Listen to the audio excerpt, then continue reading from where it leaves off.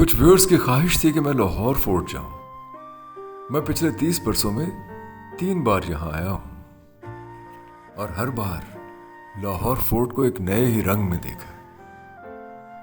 शाही किला लाहौर, जहां लौह का मंदिर है, जहां एक रिवायत के मुताबिक पीपल के नीचे बुद्धा ने कयाम किया। किला लाहौर जो बादशाह अकबर के आने से बहुत पहले मौजूद था, एक ऊंचे टीले पर। शाही किला लाहौर, ये शाही किला अकबर ने बनाया। किला जरूर मौजूद था, लेकिन इसे शाही किला बादशाह अकबर ने बनाया। यहां शाहजहां पैदा हुआ। जहांगीर अपने बेटे खिसरो की आंखें निकलवाने के लिए यहां 1.5 बरस रुका। शाही किला लाहौर, जिसे मुगलों ने अपने एहसास जमाल से सींचा। यहां इस्लाम, सिखिज्म, हिंदुइज्म और मसीहियत की निशानियां साथ साथ नजर आती। शाही किला लाहौर मुगलों की सितवत का निशान, लुत्फ व करम का एक जहां, कैफ व मस्ती का बेहां, दादो दहश का उन्वां, हुस्न जमाल हुनर व कमाल की रवां। शाही किला लाहौर जाना है और फिर एक फ्रांसीसी जनरल के मकबरे पर, जहां पहले भी गए हैं, एक नई जगह पर एक नई कहानी के साथ। सर मैं ऐसे लिए कह रहे थे कि मुझे पता आपने सुबह जल्दी उठे, नाश्ता नहीं किया। कि नाश्ता किया होता तो ये लंबा सफ़र अब हम पैदल भी कर सकते थे। यार अब भी कर सकते हैं। मैं कोई सहराए चौधरी है, वो अभी सबर कर लो, ये काम निपटा लें फिर जाते हैं।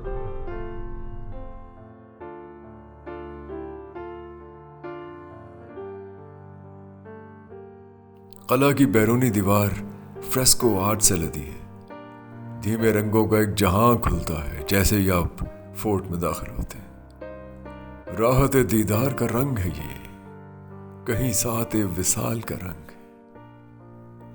किला की दीवारों में एक लंबी सड़क और किसी दिलरुबा के सीने में अनजानी मुसर्रत से धड़कते दिल की तरह मैं ऊपर चलता चला जाता।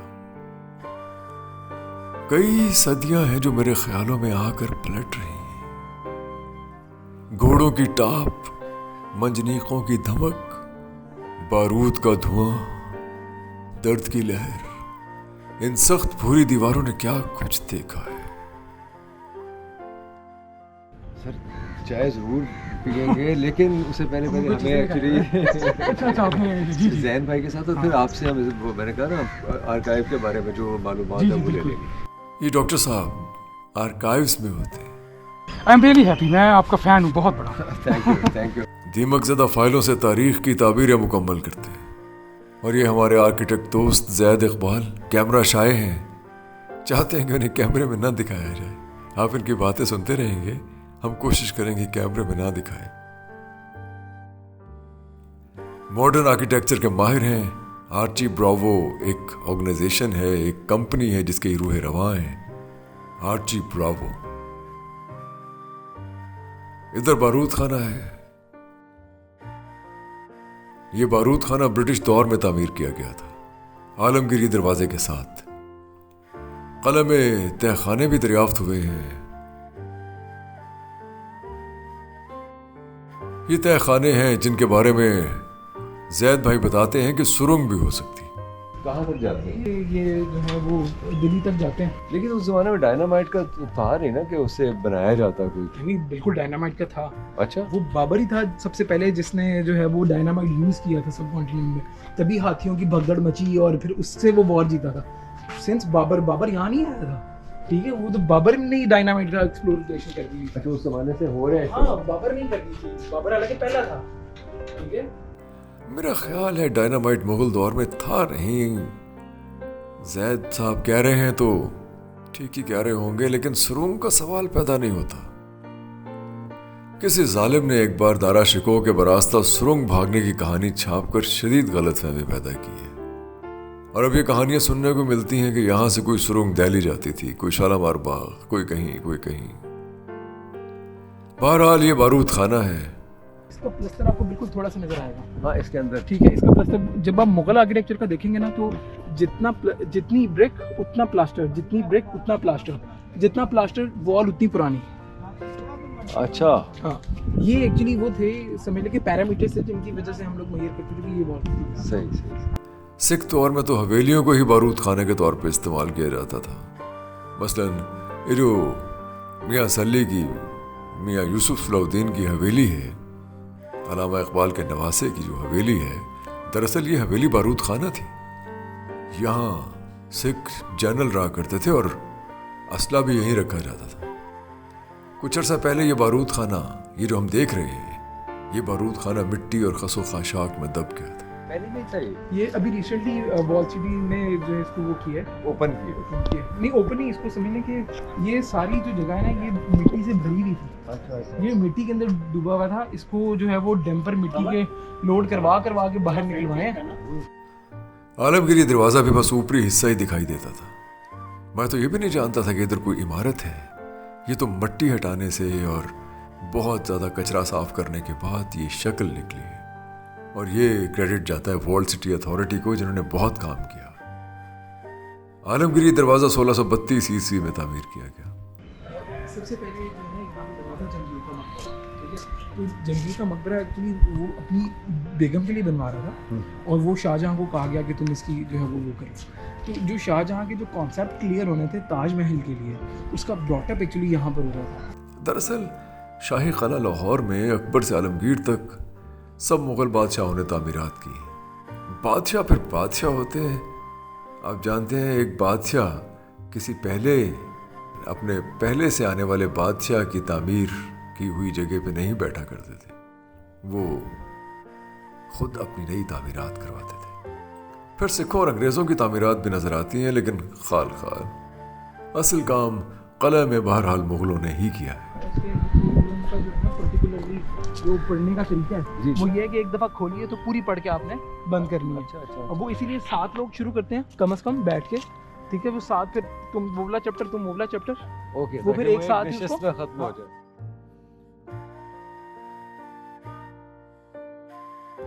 ऊपर जाते हैं इन सीढ़ियों से चढ़ के, ऊपर से नज़ारा ही कुछ और है क़लअे के अतराफ का। वाह क्या नज़ारा है, क्या मजहबी हमांगी का बेपाया इजहार है, क्या शहर लाहौर में तारीख का मुजस्सम इजहार है। बादशाह मस्जिद के पुरशकोह मीनारों का एक तसलसल जा मिलता है महाराजा रंजीत सिंह की समाधि से, साथ ही गुरुद्वारा अर्जुन देव जी, और इसी तसलसल में यादगार पाकिस्तान। इन गुंबदों और मीनारों तले कई फसाने अबद में उतर चुके हैं। जबरो इख्तियार की कई अंधी गलियां गुमनामी के पाताल में गिर गईं।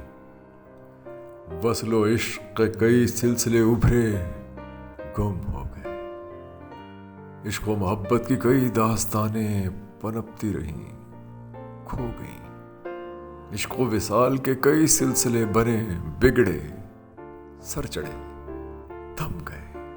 कई चांद थे सरे आसमां जो चमक चमक के पलट गए। न लहू ही मेरे जिगर में था, न तुम्हारी जुल्फे सियाह थी। अहमद मुश्ताक। कॉलोनियल आर्किटेक्चर कौन सा है? दिस वाज बारूद खान। बारूद खान। वो सिख दौर का नहीं है बारूद खान? नहीं, गोरों ने बनाया है अच्छा। टोटली।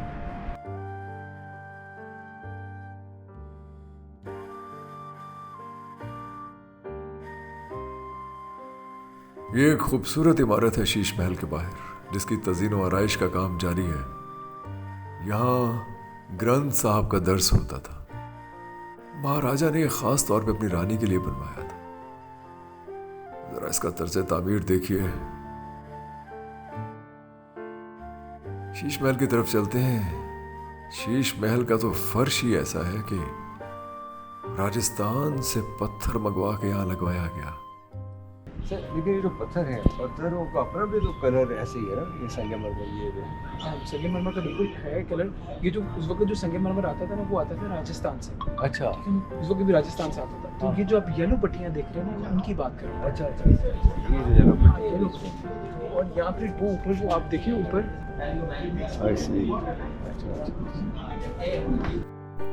पत्थरों के रंग देखिए, ये फितरी रंग हैं इन पत्थरों के। उनकी कटाई ऐसी है कि वो रंग वाजे होते जा रहे हैं।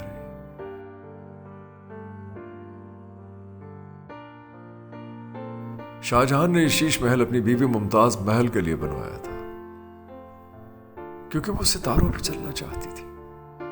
ये और बात है कि यहां कदम रखने से पहले ही वफात पा गई। मुगल तर्ज तामीर देखते हुए आप ज्योमेट्री और इंजीनियरिंग के कमालात के कायल हो जाते हैं। ये जब मोमबत्तियाँ चलती थी ना, तो इनकी जो चमक धमाका है, वो हर छोटे छोटे शीशे में उसका वो अक्स झलकता होगा।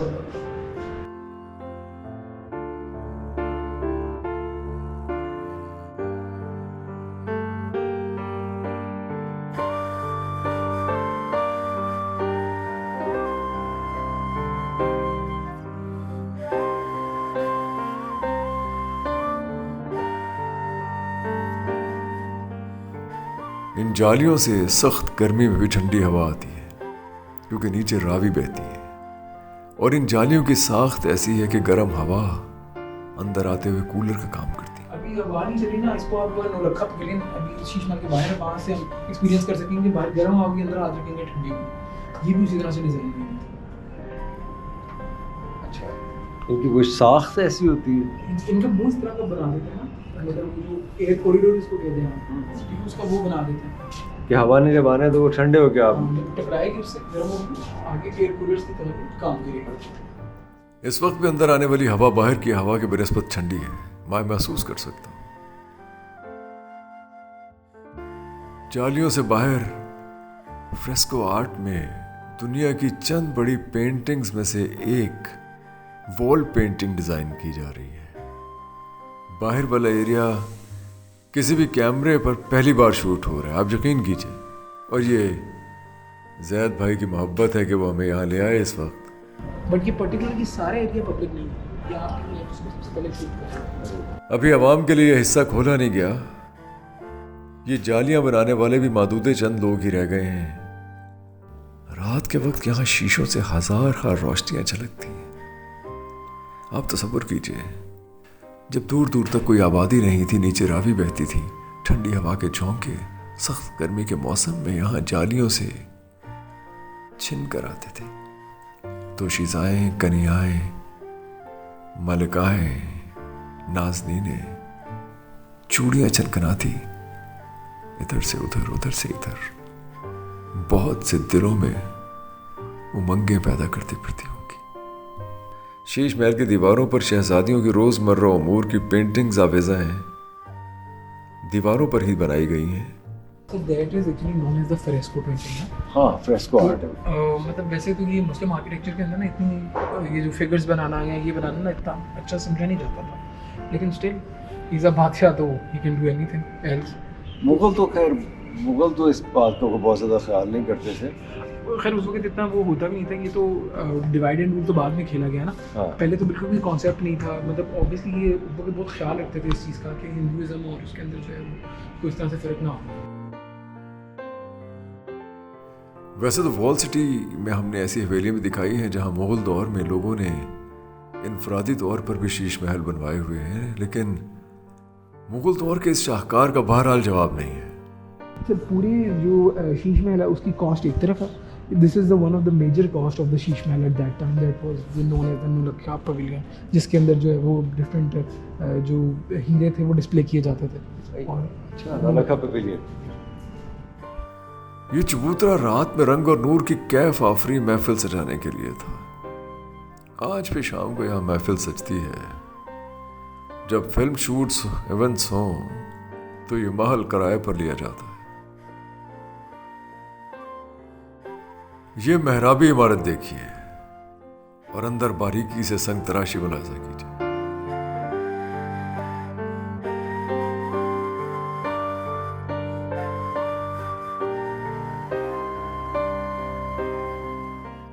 बाहर का मंजर मुलाजा कीजिए। जैद भाई के होने से फन तामीर की खूबसूरती समझ सकता हूं। शीश महल से बाहर ये ज़ेरे ज़मीन एक कमरा है जहां सियासी कैदियों को भी रखा जाता था। उधर रंजीत सिंह की बनाई 8 दरवाज़ों वाली एक 8 दरी है। इस तहखाने से मुतालिक बहुत सी रिवायतें हैं। कहते हैं यहाँ हज़रत दादा गंज बख्श अली हजवेरी रहमतुल्लाह अलैह का आस्थाना भी था। वो कभी यहाँ बैठा भी करते थे। गो कि अब वो सारा ज़ेर ज़मीं है। ऊपर एक और ईवान नज़र आता है जहाँ बादशाह और मलिका अपने मोतमद ख़ास के साथ बैठा करते थे। अंदर शीश महल में कुछ लोग बैठे हैं जो फ्रांस से आए हैं इस जगह को देखने के लिए। The real beauty of the Mughals here, excellent fresco work, mirror mosaic work, inlay work, we will see there. This is the masterpiece of the Mughal in these forts here. And after a short while, we will go to see the royal part. This is the harem. And then the public parts here. See this one's here? Did you like Lahore? Oh, you know, there's a very famous saying about Lahore that ones who are not Lahore, are not yet born. Yeah, but- In Lahore, नहीं देखा जम्या नहीं तो see. Okay, ji, now first of all, we are going to see the waterfalls here.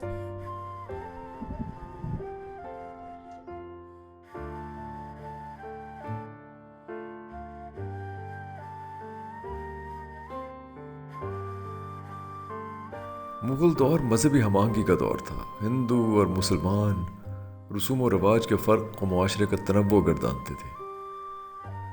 यहाँ 21 मुख्तलिफ इमारतें हैं इस शाही क़ले में, जो मुख्तलिफ अदवार में बनाई गई हैं।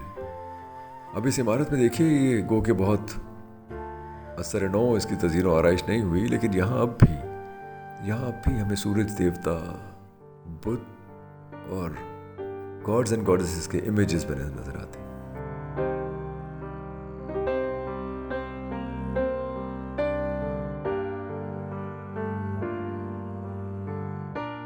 ये मीनार शहीद हो गए थे। ये भी अयूब खान साहब के लोग रिपेयरिंग। वो तो मेरा ख्याल है वो कोई ज़लज़ला वज़ला भी आया। नहीं, ज़लज़ले की वजह से गिरते ही नहीं थे इनके महल। ये पता है क्या वजह है? इसकी जो ना बुनियादें दालों से बनी, माश की दाल, छेने की दाल, गोंद की दाल, ये सब का छिलका। दूसरी वजह ये है कि ये टेढ़ी बनी है, टिल्डी टाइम दीवारें। अच्छा, अगर गिरेंगी ना तो अब अगर गिरेंगी, ये ऐसे है, इधर नहीं गिरेगी बातें, सारी दीवारें टावर इनकी टेढ़ी होती हैं। टेढ़ी वजह से क्या होगी? इनका ज़लज़ला आएगा। मस्जिद है उसके जो 4 मिनट है, हाँ, वो इस तरफ बाहर की तरफ। क्योंकि जमात हो रही है अंदर। अच्छा, वो गिरे तो ज़लज़ले में बाहर की। ओके। लेकिन अंग्रेजों की जेलें बन गई, टॉर्चर सारा अंग्रेजों का डिज़ाइन ये है। मुगलों का डिज़ाइन वो आपने देखा डॉट सीधी का। मुस्लिम ये देखें से 3 डिज़ाइन आपको मिलेंगे। वो मुगलों का डिज़ाइन है टावर, ये सिखों का डिज़ाइन, फिर ब्रिटिश डिज़ाइन। इनकी आर्ट से हो रहा है। मुगलों की डॉट होती है सीधी, वो देखें डॉट ऐसे। मुगलों के ऐसे कट से है। ब्रिटिशर्स को आर्टिस्ट लाने की क्या जरूरत है? ब्रिटिशर्स का तो बहुत ही कर्ज ज़्यादा है। सर, लेकिन मैं इसका बता फायदा होता है कि वजन फैल जाता है। Is not a piece of art. Actually वो स्ट्रक्चरल एलिमेंट था। ये बड़ा मशहूर बात है कि आर्च नेवर सीम्स, कभी नहीं गिरती आर्च। आज भी जब घर आप डीएचए में भी घर बनाते हैं और वहाँ पे जब आर्च बनती है ना, उसके अंदर स्टील यूज नहीं होता। अच्छा, आज भी नहीं यूज होता। ये वजन फैल जाता है। आधा इधर रहेगा, आधा इधर रहेगा। पहले बनते पिलर, ये शादी मामला बैक साइड नीचे से ठीक है, नीचे उसकी सही डिटेलिंग जो है ना साफ नजर आ रही है। हां, ये देखें, जितनी ब्रिक उतना प्लास्टर, जितनी ब्रिक उतना प्लास्टर। एग्जैक्टली। ये अकबर दौर है और ये इनका पाए बाग है। वुमेन्स की भी शाहजहां के बनाए हुए बागात बेबीलोनियन गार्डन्स की तर्ज पे बने हैं। आप समझ लीजिए उनका रेप्लिका है।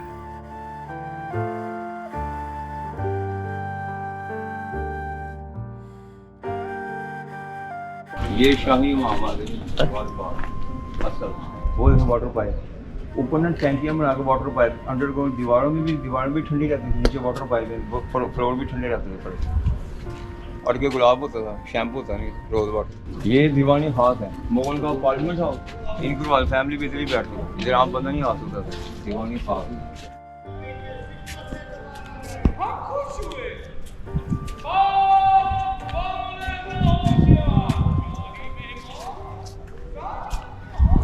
इसी पत्थर का भी बनाया भाई ताजमहल आगरा। ये भी इंजीनियर था ईसा खान। दीवानी का शीश में ताजमहल। हाँ, वो देखें जैमस्टोन, वो देख रहे हैं लाल पत्थर नौलक्खे के अंदर भी थे। वो लाल, ये सारे ग्लो करते हैं। सामने दीवाने ख़ास है और उसकी खूबसूरती ये है कि जैसे जैसे आप इसकी जालियों के करीब जाते हैं, नज़र आना कम होता जाता है और जूं दूर जाते हैं विजन क्लियर होता है। इसका पत्थर भी राजस्थान से मंगवाया गया था और ये देखिए, ये एक स्पेशल पत्थर है जो बादशाह के बैठने का मार्ग हुआ करता था। ये निशानी लगी थी बादशाह ने औरंगजेब आलम की, किधर ही मैंने बैठना है। इधर कमांडर भी बैठते थे, मीटिंग, पार्लियामेंट हाउस भी आप उसे कह सकते हैं, मुगलों का उस वक्त का दीवानी हाल, एक दीवानी हाल है। अच्छा, ये जो सिर्फ एक पीस ये लगा हुआ है। पूरे किले में यही पत्थर का पीस। बादशाह यहीं बैठते थे। इसका फर्श देखिए, दीवाने खास का फर्श देखिए। और ये देखें वन पीस, इसमें ज्वाइंट कोई नहीं। ये बड़ा पत्थर, इसे तराशा गया है, लेकिन ये एक ही है, इसके अंदर कोई जोड़ नहीं है। इवन तो कि आपको शालीमार के अंदर ना एक वो जगह भी मिलता है कि जहाँ पे वो कैंडल्स जलाते हाँ थे जी। और आर्टिफिशियल रेनबो जो है ना वो जनरेट कर लेते थे। रेनबो तक वो जनरेट कर लेते थे। वो ईसा खान ने बनाया था। ये छत भी देखें मार्बल की छत है, इसके तो लोहे के जोड़ है लेकिन नजर नहीं आता।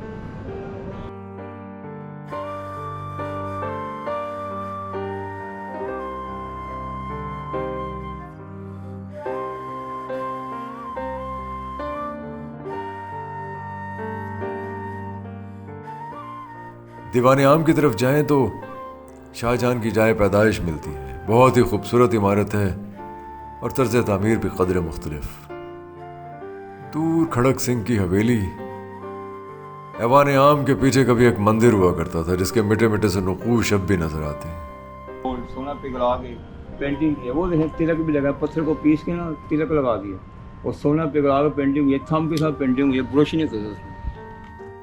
इधर रंजीत सिंह की बेवा माई जिंदा का महल है। अब यहाँ सिख दौर की पेंटिंग और नवादरात मौजूद हैं। ये जगह पिछले बरस हम आपको दिखा चुके हैं जब हम बांबा सदरलैंड पे काम कर रहे थे। बांबा सदरलैंड महाराजा की पोती थी और दिलीप सिंह की बेटी, जो बाय चॉइस लाहौर में रही आखिरी वक्त तक। आप इन पर हमारा व्लॉग देखिए। इसके अंडर को आप ना दूसरे महल में जाएंगे, तीसरे में जाएंगे, फिर ऐसे जाते हैं शीश महल में निकल जाएंगे आप। फिर उसके नीचे एक सीक्रेट हाउस है, फिर इसी का राबी जो था खतरे को गाना हाउस भी इस्तेमाल किया।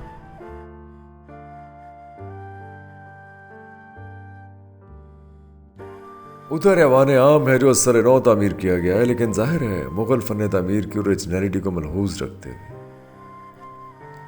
ये तख्त अलबत्ता बादशाह अकबर के ज़माने ही का है। ज़माने की शिकस्त और रेख्त ने इसका कुछ नहीं बिगाड़ा। इस तख्त पर बैठकर बादशाह अवाम की फरियाद सुना करते थे। पहले और आज के बादशाहों में बस यही एक फ़र्क है कि पहले बादशाह फरियाद सुना करते थे और आज बादशाह फरियाद सुनने का भी रवादार नहीं। सर फोड़ती फिरती है फरियाद जो दर दर जाती है। इस किले में दौरे हाजिर के बादशाहों ने भी बागियों को सजाएं दी। हसन नासर जैसे लोगों को शहीद किया गया। तर्क पसंद वर्कर्स के साथ जुल्म हुआ, इंटेलेक्चुअल्स के साथ जुल्म हुआ। मैं ज़ाती तौर पर उन खातिनों हजरात को जानता हूँ जो सोशलिस्ट इनकलाब की खातिर अपने बच्चों को छोड़कर इस कला की दबीज दीवारों में अजियतें बर्दाश्त करते रहे, एक नई सुबह का ख्वाब लेकर। ऐसे बागी जो इस्तेसाल पर मबनी निज़ाम की गली सड़ी लाश दफन करना चाहते थे, लेकिन मफाद परस्तों के टोले उस लाश पर सियासत करते रहे। न रहा जुनून रुखे वफा, ये रस्म ये दार करोगे क्या। जिन्हें जुर्म इश्क पे नाज था वो गुनहगार चले गए। ये हमीद है जिनके लिबास पर सरे राह स्याही लिखी गई। यही दाग थे जो सजा के हम सरे बज़ में यार चले गए। न सवाले वस्ल न अर्ज़ गम न हिकायतें न शिकायतें, तेरे अहद में दिल ज़ार के सभी इख्तियार चले गए। फैज़ साहब की खूबसूरती यह है कि इजहार का हर पैराया लतीफ़ होता है। जज्बे का हर इजहार जमालियाती हुस्न लिए। जमालियाती से मुराद है एस्थेटिकल। इस काल कोठड़ी में भुट्टो को कैद किया गया था। भुट्टो मशहूर आदमी थे, वरना इल्म आगही के जो मीनार यहाँ महबूस रहे किसी और दुनिया में होते तो उनके लिए घी के चिराग जलाए जाते। उनका जुर्म यह था कि दर्द की दौलत को आम करते थे, जिंदगी का हुस्न आम करने की जिद्दोजहद करते थे, मजहब को रियासत से दूर रखने की बात करते थे, आलमी इजारादारियों की लूट खसूट पर तनकीद करते थे, रियासती जबर के खिलाफ आवाज उठाते थे। उन्हें यहां मारा पीटा गया।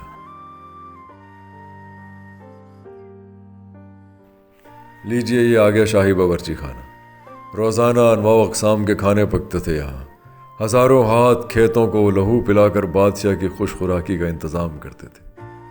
पूरा हिंदुस्तान बादशाह के कुंबे की सेवा में जुटा था। बादशाह जो इस ज़मीन के थे भी नहीं, तैमूरी खून पर फख्र करते और हिंदुस्तान की ज़मीन पर अय्याशी। है जुर्म ज़ईफ़ी की सज़ा मर्ग मफाजात, फिरंगियों ने बिलाखिर इन्हें इबरत का निशान बना दिया। ये है जनाब लौह का मंदिर, असर नौ इसकी मुरम्मत हो रही है। मैं वादा करता हूँ कि कुछ अरसे बाद एक विज़िट और करूँगा ताकि आप लाहौर फोर्ट को पूरी आन बान के साथ देख सकें। बहरहाल इतना कुछ दिखाने के लिए, इतनी आगाही देने के लिए मैं ज़ैद इकबाल साहब का शुक्रिया अदा करता हूँ।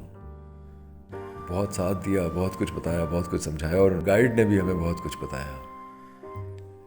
लाहौर फोर्ट का दौरा करते रहेंगे, फिर आते रहेंगे यहाँ। इसके बागात के मुतालिक, मुग़ल बेगमात के मुतालिक, उनकी शायरी, उनकी हिस्से ज़कावत, उनका मिजाज, उनका शेरी स्वभाव, उनके एस्थेटिक सेंस के बारे में, यहाँ की रेशा दबानियों के बारे में, सियासी रेशा दबानियों के बारे में, इमारतों के स्ट्रक्चर के बारे में मज़ीद मालूमात आप तक पहुँचाएँगे। आप हमारे साथ रहिए, अपने कमेंट कीजिए, राय दीजिए। आपकी राय, आपके कमेंट्स हमारे लिए बहुत मुक़द्दम हैं।